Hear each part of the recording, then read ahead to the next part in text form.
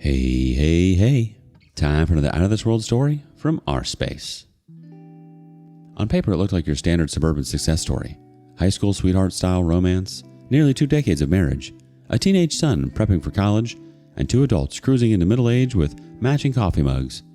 Today on rSpace, peel back the Pottery Barn aesthetic and things start to unravel fast. Cheating wife threatened a false accusation if I exposed her. I did it anyway and watched her life crumble. I'm just reaching the end of one of the worst sagas of my life, so it is going to take a long time for me to recount the entire thing, but I'm going to do that anyway, so you can fully understand everything I went through and how it played out. It's going to be quite long, but on the bright side, you won't have to wait weeks for me to come with an update or two. My ex-wife, Joanna, and I are both 48 years old. We met somewhere in our mid-20s, and by 30 we were married. We have one son who is 17 and getting ready for college. After 18 years of marriage, you kind of feel like you're both bound to make it to the very end. And the crazy thing is that I felt that way for almost all of it, up until I found out that the woman I chose to spend the rest of my life with is a cheater. How I found out is pretty silly if you ask me.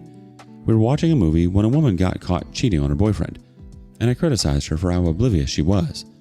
I think she laughed at that and said that it's not always that easy to tell. She hasn't been cheated on before, but she mentioned a previous relationship I had complained about, where I had been cheated on.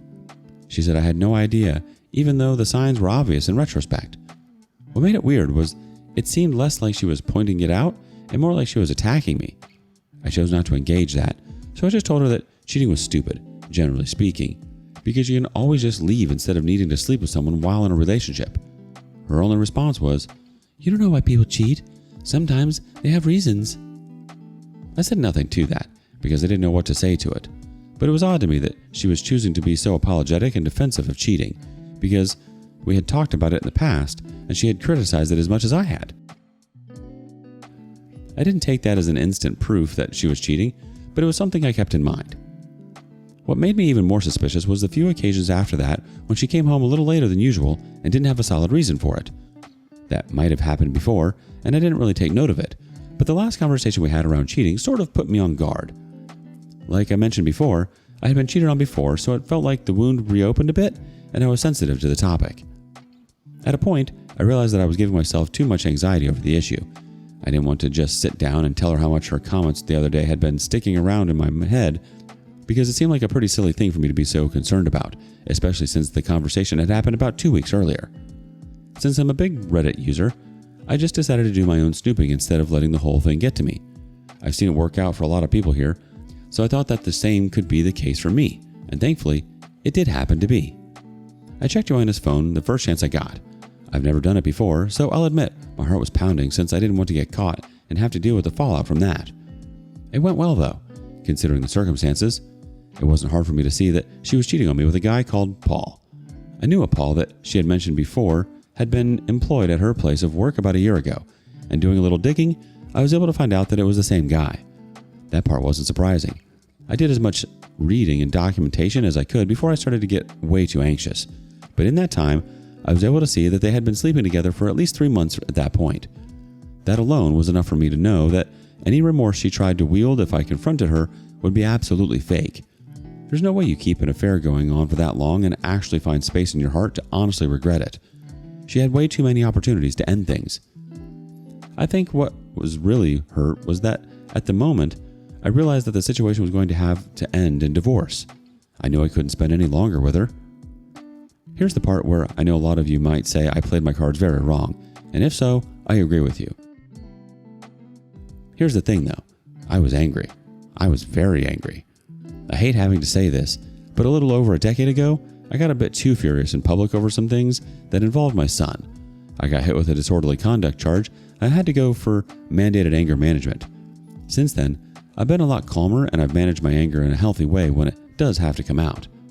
However, finding out that your wife has an affair partner and knowing enough about him to track him down just made that anger bubble back up. So I made the very poor decision to confront him as soon as he left his workplace. I didn't have much of a plan. I expected to peacefully tell him to back off from Joanna as soon as he parked. He didn't go home though. Instead, he pulled into a supermarket parking lot.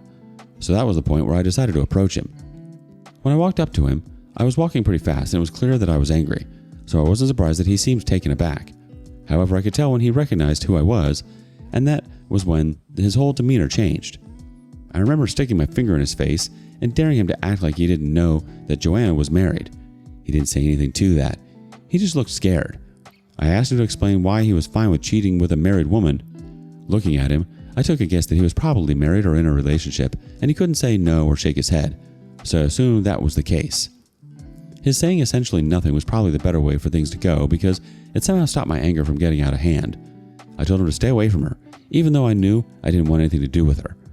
I also let him know to tell his wife or girlfriend, because I was eventually going to. I didn't care enough to actually do that, but I liked the idea of making him constantly fear that I'd tear his relationship apart. He tried to mumble out an apology, but I didn't stop to hear it because I realized at that point that I had gone too far, and I was definitely doing a bad job of sticking to my anger management principles. I knew that I wasn't going to be able to blindside Joanna with a confrontation, so I prepared for her to be completely aware of what I had done by the time I saw her. I got home before her and she arrived about an hour later, which was much later than she should have gotten back. Unsurprisingly, she didn't try to hide that she was pissed off. The first thing she did was ask me what kind of stunt I chose to pull off. I told her that she was cheating on me with Paul, so I decided to confront him about it before I confronted her. I asked her if she had an issue with that, and she said that she did because it was clear that I was deluded. She said she wasn't cheating on me with anybody, and she didn't understand why I chose Paul out of all scapegoats.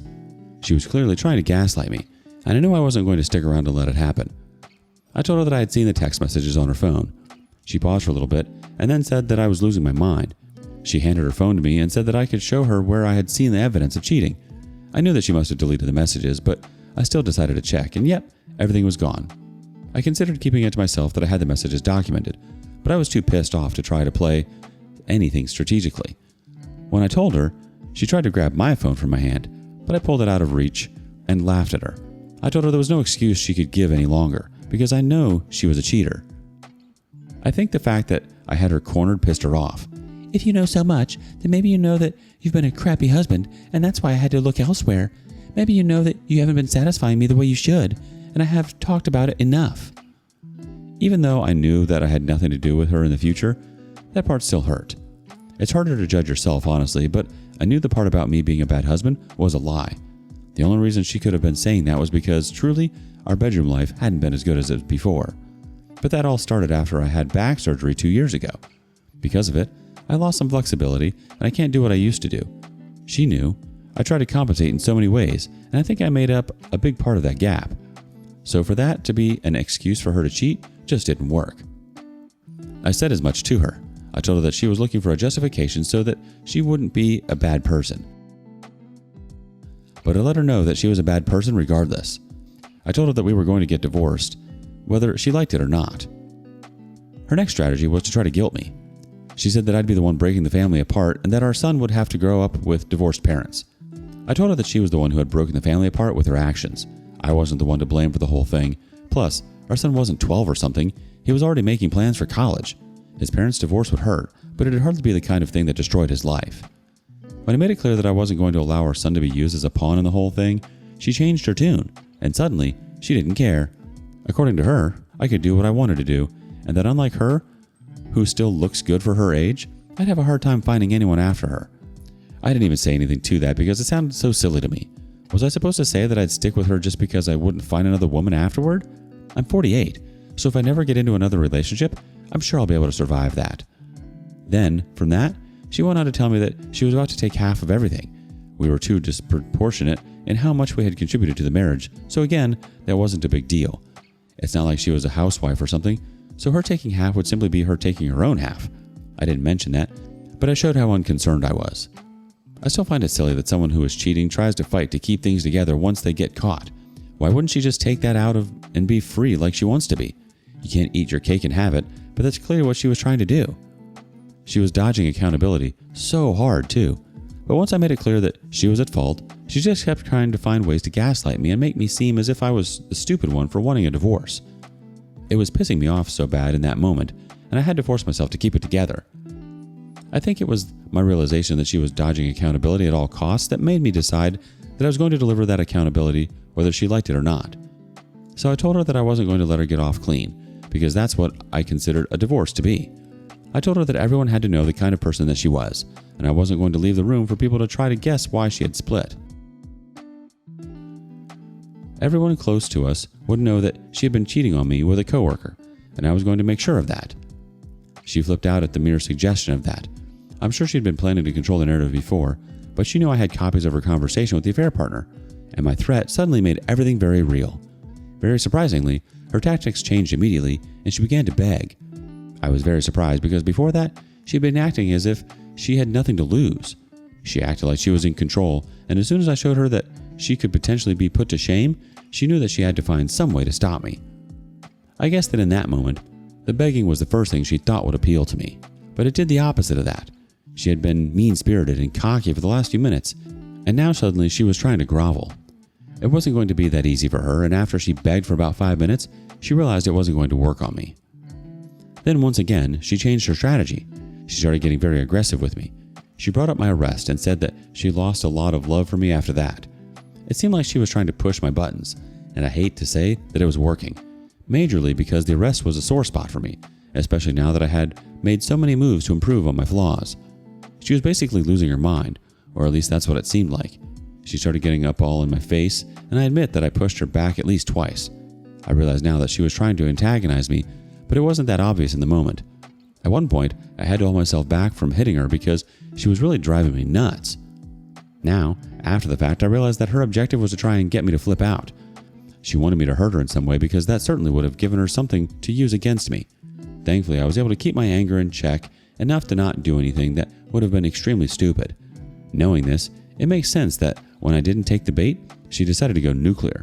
She said that I could have the divorce, that she didn't care about any of that, but she didn't want me to expose her. If I did, she mentioned that she might just tell everyone that after I found out about her affair, I came back home and forced myself on her.